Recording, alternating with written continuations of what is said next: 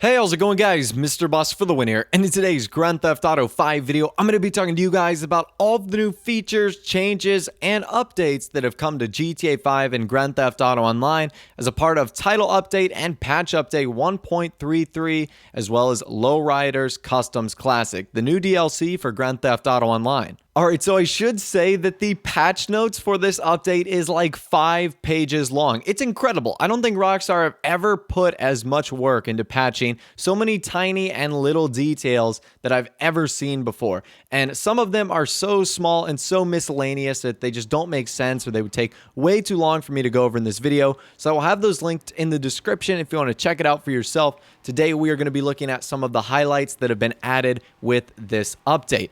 Now I'm just going to briefly touch on these. You guys know the new content that was added, the 3 new vehicles, Slam Van, Virgo Classic, as well as Williard Faction. There was a new adversary mode that was added that was actually called Sumo, where your objective is to push other teams off the maze bank and other locations. 2 new weapons, the double barrel shotgun and compact rifle, and 3 new player actions, You Loco, Finger Kiss, and Peace, as well as 120 items of clothing, 16 new tattoos, hairstyles, and a whole lot more. So that was the new content added. That shouldn't have been any surprise to you, but let's talk about some of the new features and updates. There's actually been quite a number of them that I think are long overdue and are spectacular. So the first one is Ghosted to Player. So Ghosted to Player is a new option on the Wasted screen that appears under the following criteria. Player X kills you 3 times within 5 minutes. You have not damaged Player X during those 3 kills.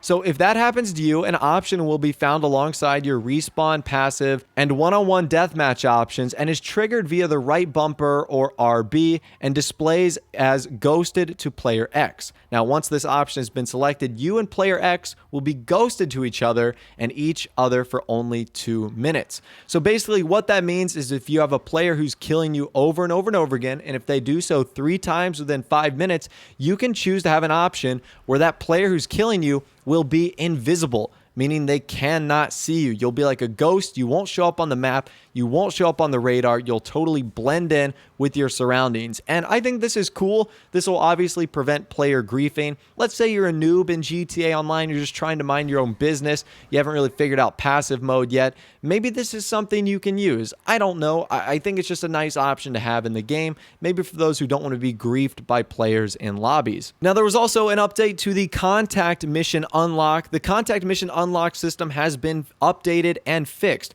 Players now have 2 ways in which contact missions can be unlocked to allow for direct launching from the start menu. So the first option is to reach the requisite rank for the mission. So this will actually unlock for the mission in that character slot only, or you could play the mission through an invite, and this unlocks for the whole profile. So up until now, contact missions have been a huge pain to kind of get to.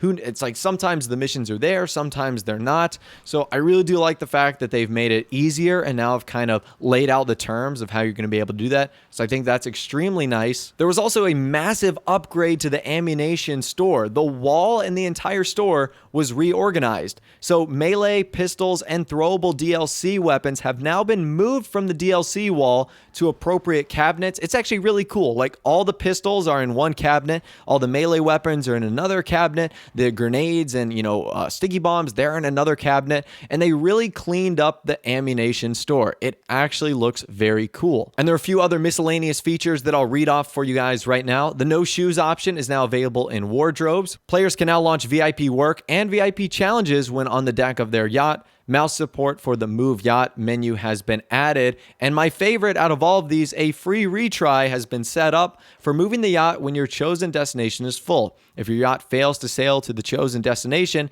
and you're placed nearby, you'll be allowed to sail back there for free when a space becomes available, as long as you don't sail anywhere else.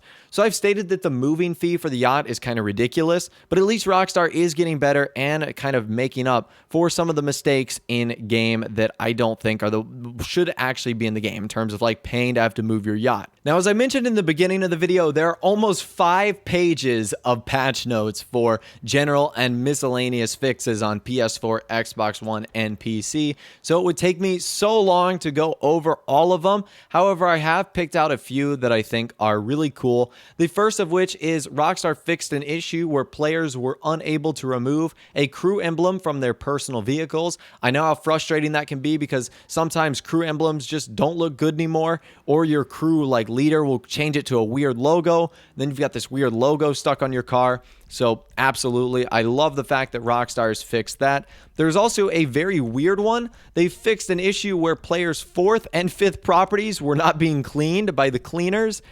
Believe it or not, I didn't even know there was a cleaner in Grand Theft Auto Online that came around to your apartments and your properties.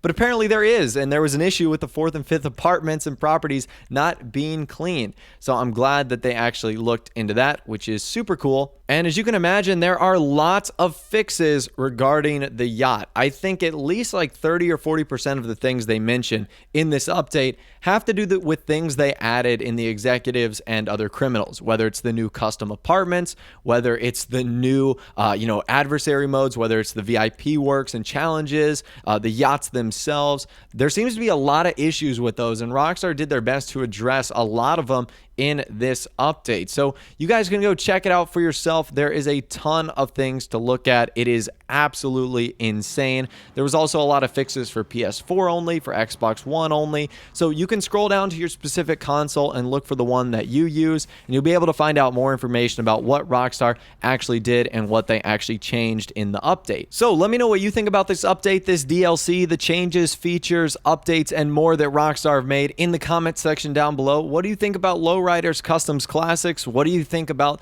the DLC that they've released so far? I'd love to hear from you guys in the comment section down below. If you did go on to enjoy the video, a like rating would of course be awesome. And also subscribe to my YouTube channel if you are new, where you like daily GTA 5 videos like this. Without the way, guys, like I said, thanks for watching. Take care, and I'll see you guys in the next video.